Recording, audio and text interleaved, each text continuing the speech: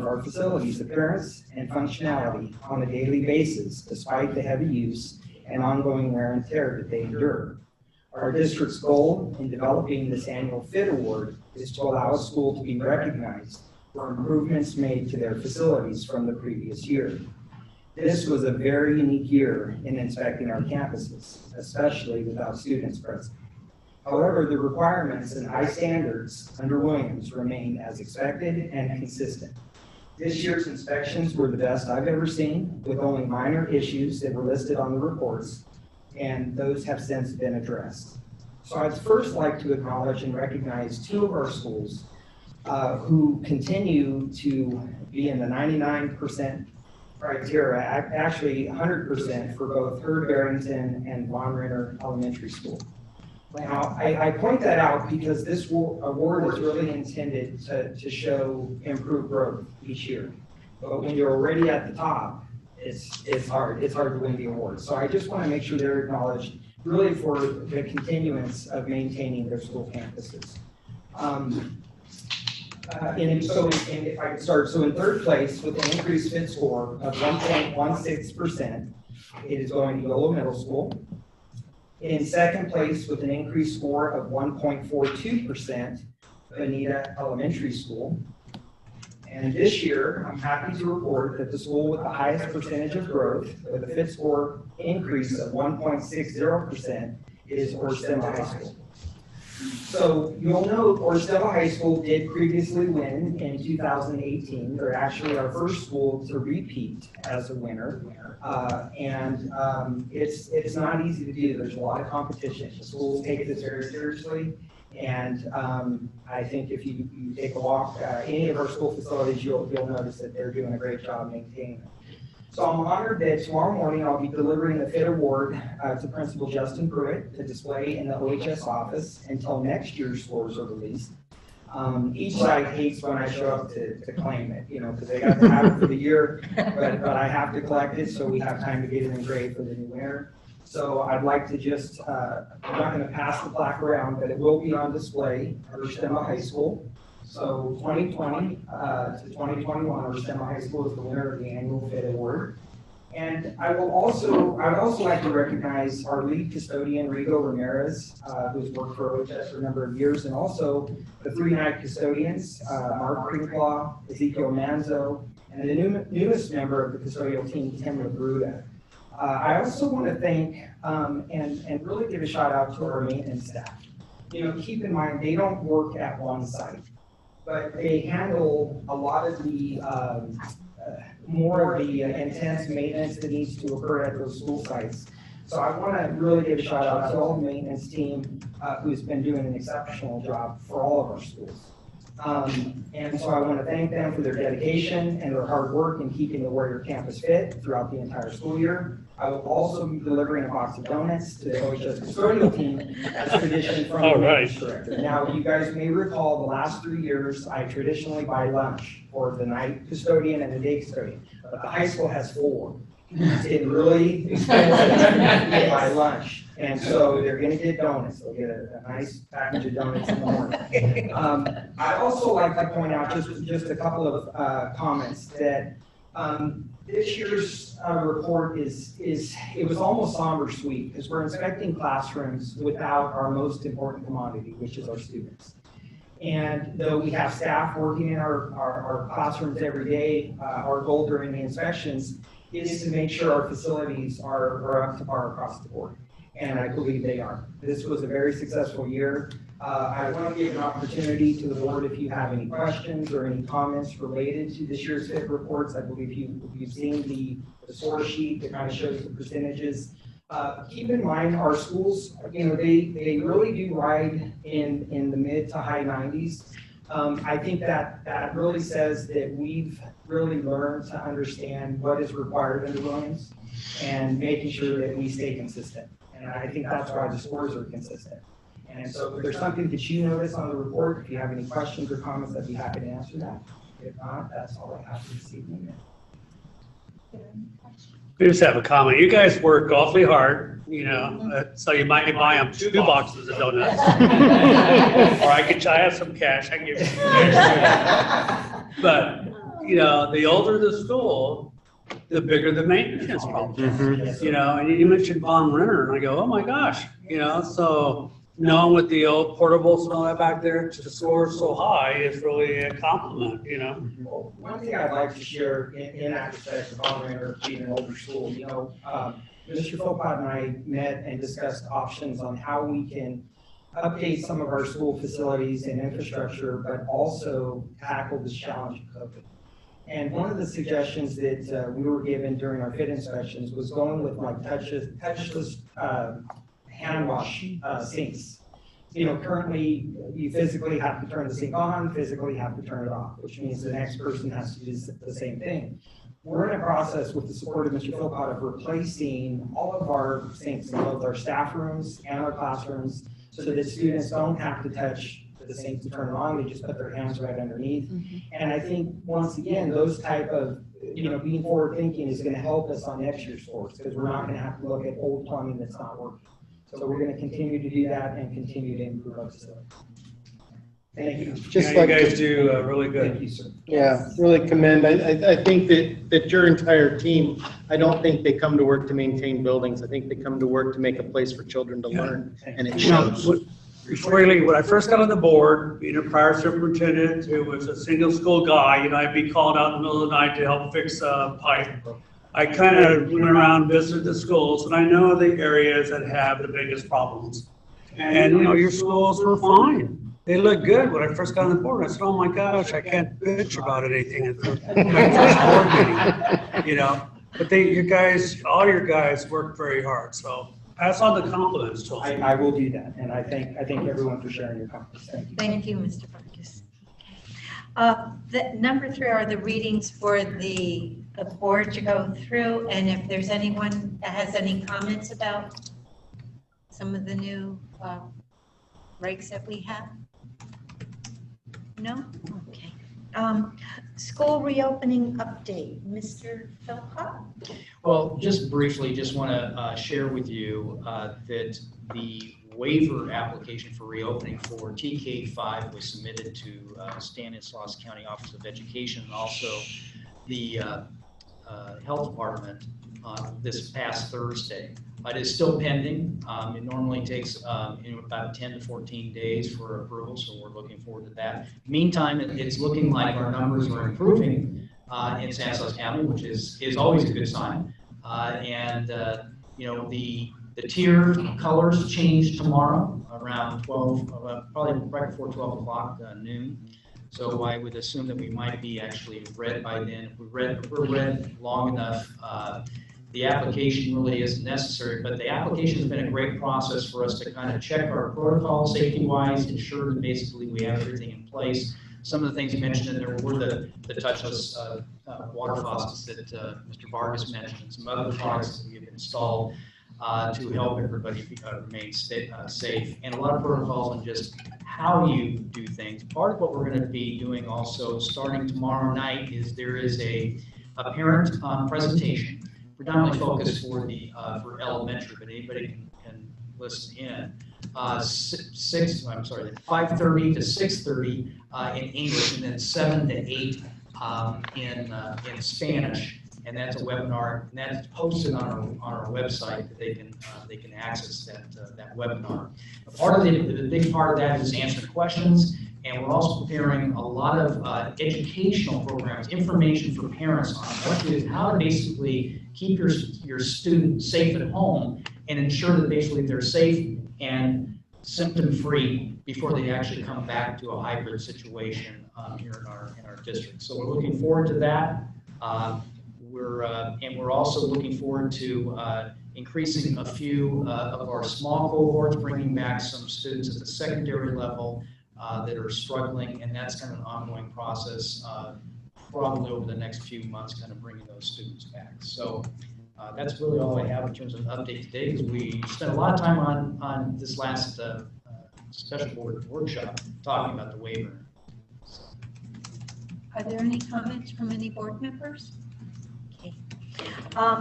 Action items, consent calendar. The consent calendar items are routine in nature and usually do not require board discussion.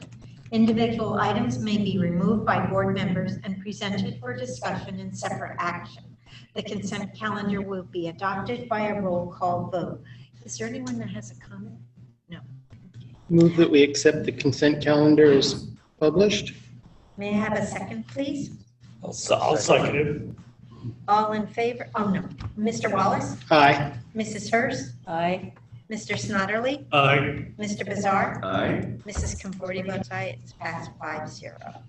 Accept 2020 to 2021 facilities inspection tool reports. Make a motion. Are there any questions? Oh, A motion? I make a motion that we accept the 2020, 2021 faculty inspection, facility inspection tool report. Sorry, Mark, Matt, I gave you a new job. Is there a second, please? I'll second it. Mr. Wallace? Aye. Mrs. Hurst? Aye. Mr. Snodderly? Aye. Mr. Bazar? Aye. And Mrs. Conforti votes aye. Passes 5-0. Okay. Public hearing on increasing statutory fees on residential, commercial, and industrial development projects. It is now, no, it's not, 6:19. And if there are any comments? I mean, this might be a good time for Mrs. Mendoza, actually, to kind of, if you want to say anything about kind of what this means, and we do this every once in a while.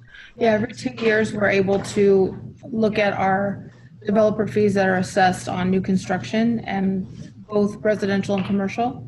So we are at a point where we still cannot level anything over level 1 fees. We can do level 1 fees, but currently our level 1 fees are $3.79 per square foot for new construction for residential and 61 cents for commercial.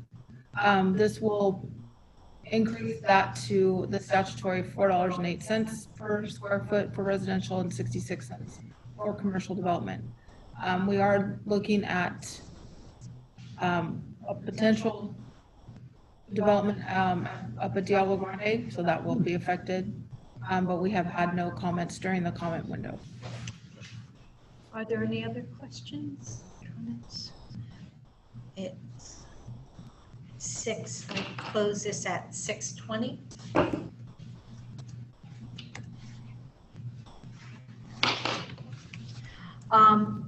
Approve resolution number 20-21/05, increasing statutory fees on residential, commercial, and industrial development projects. Questions for Mrs. Mendoza or no? May I have a motion to accept this resolution? I'll make the motion. I'll second it. Okay, Mr. Wallace, Aye. Mrs. Hurst, Aye. Mr. Snodderly, Aye. Mr. Bazar, Aye. and Mrs. Conforti votes aye. It's passed 5-0.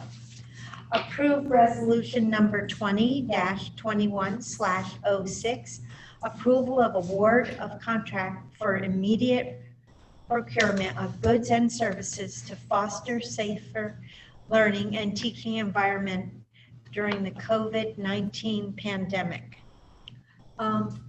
If I may just kind of share with you, so this really speaks to a partnership that we are with Stanislaus County Office of Ed and other districts in our county to purchase enough COVID tests to increase our capacity to be able to test, which was an executive order by Newsom, all of our staff over a 2-month period.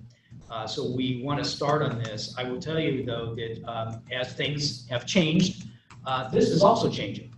And so there's a lot of discussion in Sacramento about where this is going, whether or not it needs to be done, whether or not it should be more often, and whether or not it should include students as well. But it's prudent for us at this point to actually go into an agreement with the county. They've actually got an agreement with Quest Labs to provide the tests. They're FedEx to us. We're able to administer them here, so employees don't have to go anywhere, and they're FedEx back. The results come back to not only us, but the Stanislaus County, and do contact tracing if we needed to. So we're recommending actually that you approve this resolution, which allows us basically to go into the procurement process. Mr. Philpott, how long is the turnaround from the time they take the test and we find out results? They've said within 72 hours, but I'd say let's wait until we see it happen. Yeah. Are there any other questions for Mr. Philpott? Okay. And it sounds funny, but what I've been reading is that the tests are not only, like the quantity of them are not always available. Are they ramping up the amount of tests that will be? Well, if we go into purchase, we will know we'll get the ones that we want for at least testing all employees over a 2-month period. If Sacramento decides to increase the number of tests we have to administer, then the capacity is going to be an issue. And so, Sacramento is working on some programs, and I can't really speak to those because I don't really know that really anything has been developed at this point. But again, this is important that we actually start this process so we have something in place, especially beginning November 2nd, if we're going back to hiring. Thank you. Mr. Wallace? Oh, may I have a motion?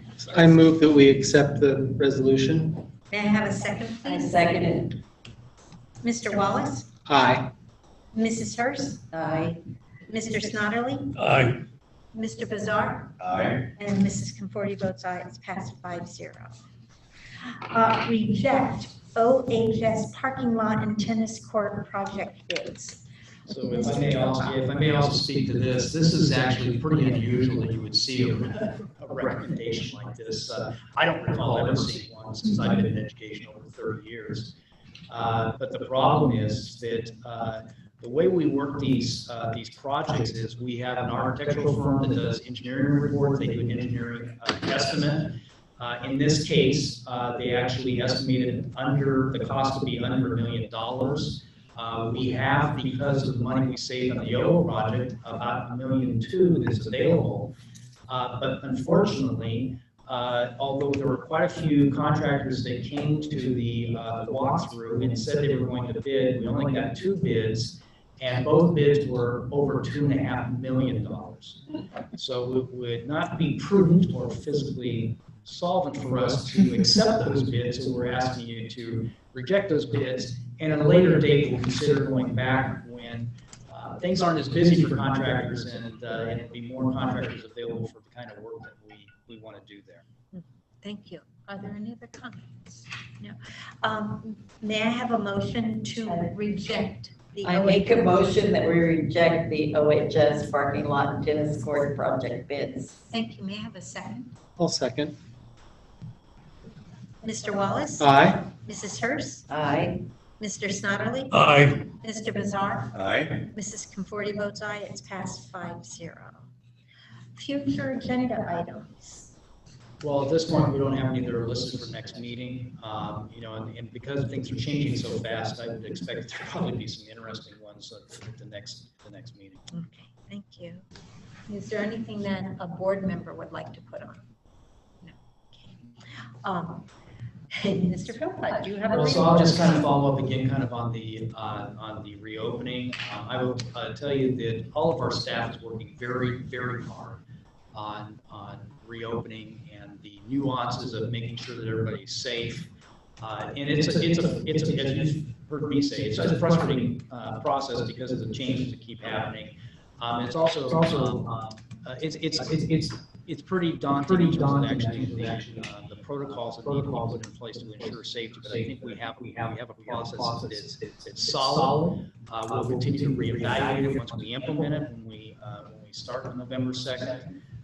Because no plan, you can never plan for everything, but if you don't get started and try to reevaluate how things are going, you're not going to get anywhere. So we're pretty happy with the way things are going. As I mentioned, our sites are kind of developing some videos of how to kind of do various things like washing your hands and the types of things you should be doing in terms of keeping your students safe.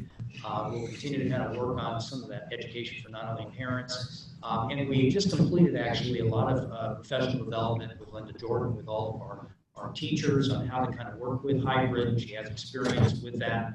And so it's going to be another learning curve. But I will tell you that I am so impressed with our staff as a whole of being able to quickly developed a very viable distance learning program.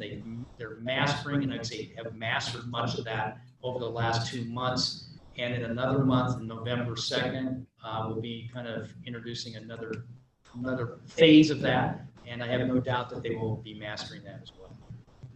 Thank you. Mr. Garcia has a comment. Yes, Question? Mr. Garcia.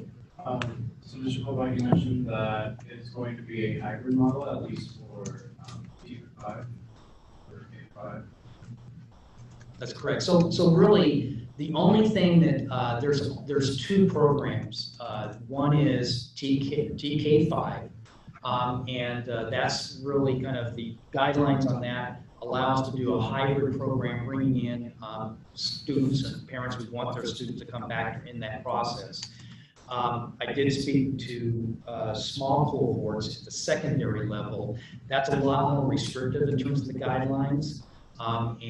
So we're going very slow on that to make sure that we don't create any kind of problems with implementing that program as well. Good. Okay, thank you. Mr. Bizarre? I have nothing else to Mrs. Hurst? No. Mr. Snodderly? No, I'm just anxious to see the schools move forward. You know, we could talk all these reopenings to death. You know, there's going to be good things that happen and not so good things, and we just have to, you know, open them up and adjust as necessary. And I have confidence in all of you. I'm sure you'll get it done. Mr. Wallace? Thank you so much to all of our staff and our students that are working so hard in such a tough environment. We really appreciate that. And of course, all the administrators that are supporting them. But gosh, what a tough bind to be in. And we thank you for all your hard work. Thank you. I'd like to thank Mr. Garcia. It's very difficult for us to hear about the students, and it's got to be even difficult for you because you're not there talking to them. Thank you for giving us the information and the heads up. It's very rewarding to hear that we have clubs going on and things like that, where I've heard other schools do not have those happening.